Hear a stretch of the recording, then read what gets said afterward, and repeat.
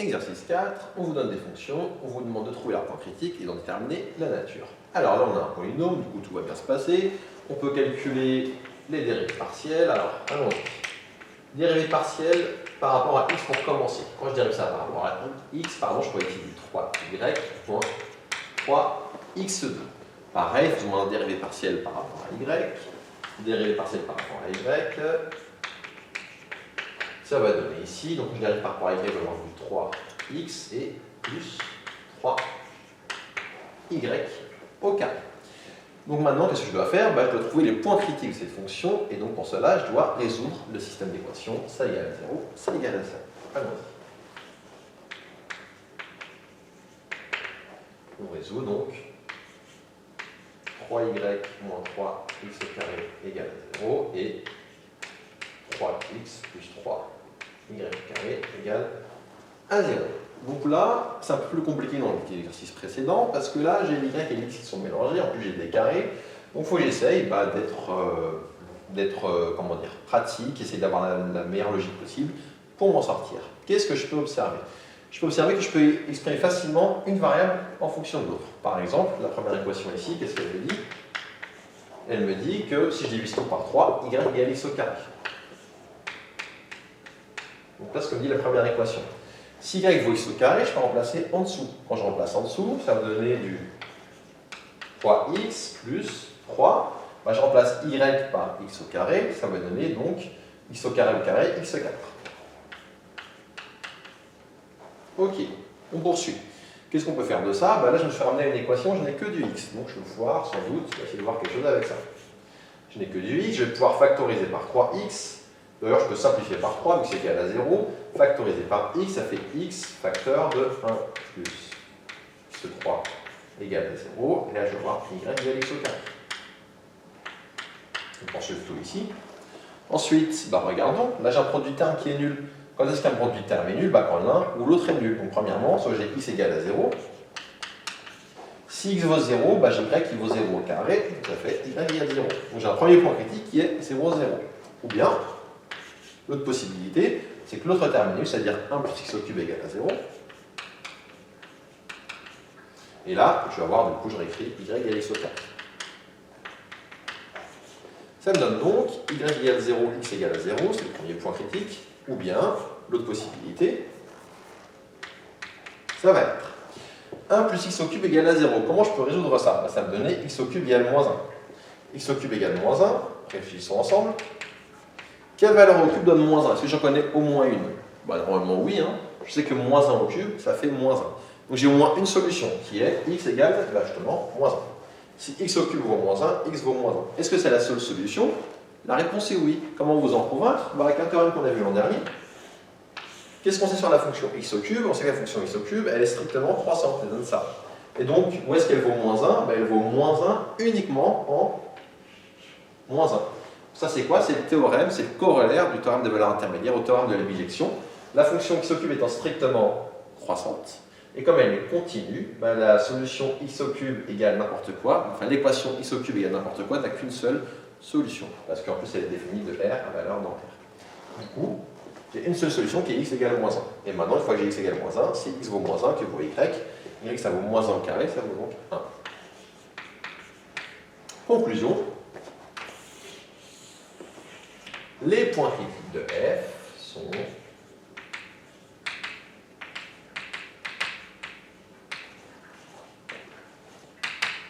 il y en a deux ici, il y a le point 0, 0, x égale 0, y égale 0, et x égale moins 1, y égale 1. Donc voilà ici pour la recherche de points critiques. Maintenant, on va étudier chacun ces deux points critiques. Pour ça, il faut calculer les dérivées secondes. Alors, dérivée seconde en x, ça va donner. Je dérive ça à nouveau par rapport à x, ça va me faire du moins 6x. Dérivée seconde par rapport à y, ça va me donner, je dérive ça par rapport à y, ça va me donner là 0 et là du 6y. Et enfin, dérivée seconde croisée.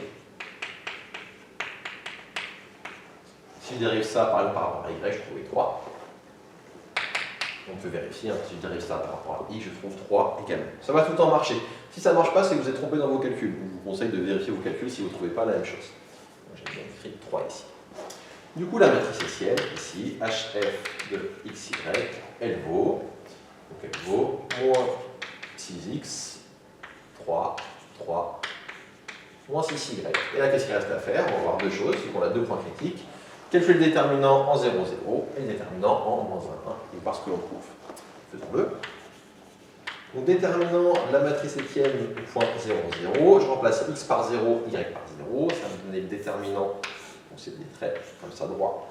0, 3, 3, 0. Ça donne donc 0, moins 9, ça fait moins 9. Moins 9 étant négatif, je peux dire que 0, 0 est un point colle. Point Z, c'est pareil. 0, 0 est un point colle. Comme j'avais écrit, c'est l'exercice d'avant, là je vais mettre colle pour vous habituer aux deux notations. On va étudier maintenant ce qui se passe pour le deuxième point critique, qui va être moins 1, 1. Donc pareil, on fait le déterminant de la matrice hessienne au point moins 1, ça va donner. Donc je remplace x par moins 1. Quand je remplace x par moins 1, je vais avoir ici du 6.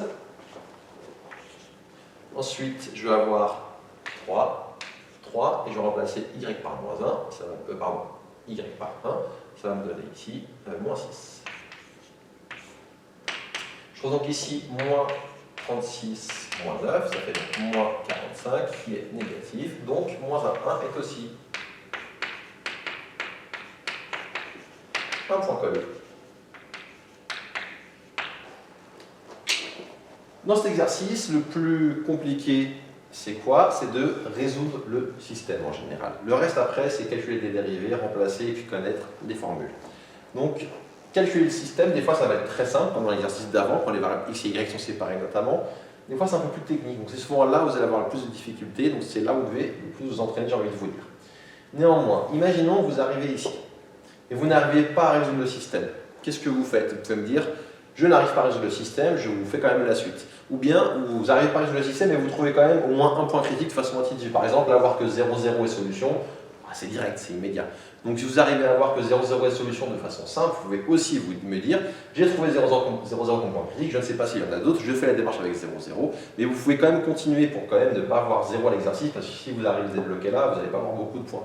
Donc dans tous les cas, même si vous n'arrivez pas à résoudre le système ou que vous trouvez juste une valeur qui saute aux yeux et pas les autres, vous continuez, vous calculez les dérivées secondes, la matrice hessienne, et si vous avez trouvé au moins une valeur avec laquelle au moins un point critique, sans avoir forcément toutes, vous faites la démarche pour ce point critique-là, et vous m'expliquez, je ne sais pas s'il y en a d'autres parce que je n'ai pas réussi à résoudre le système. Donc ayez bien ça en tête pour quand même grappiller des points si vous n'êtes pas capable de résoudre le système à chaque fois.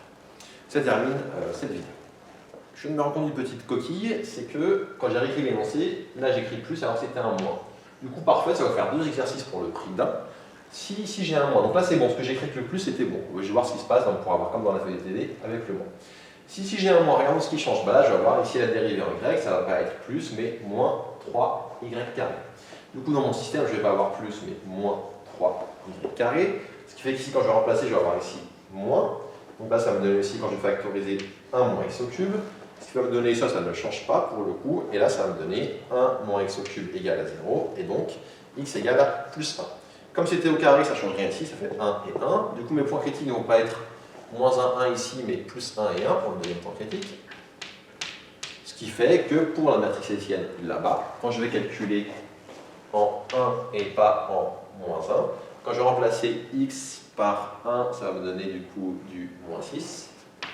3, 3, moins 6, ça va faire donc moins 6 fois moins 6 plus 36, 36 moins 9. C'est bon, 36 moins 9, ça me donne ici 27, et 27 ce n'est plus négatif, c'est positif. Du coup, on va voir ce qui se passe dans ce cas-là. 27 est positif, ça j'enlève, et j'obtiens ici, par exemple, le signe de lui ou de lui, c'est le même, et je sais que moins 6, donc, et moins 6 est négatif, donc comme moins 6 est négatif, je vais avoir un maximum local. Donc 1 est un maximum local.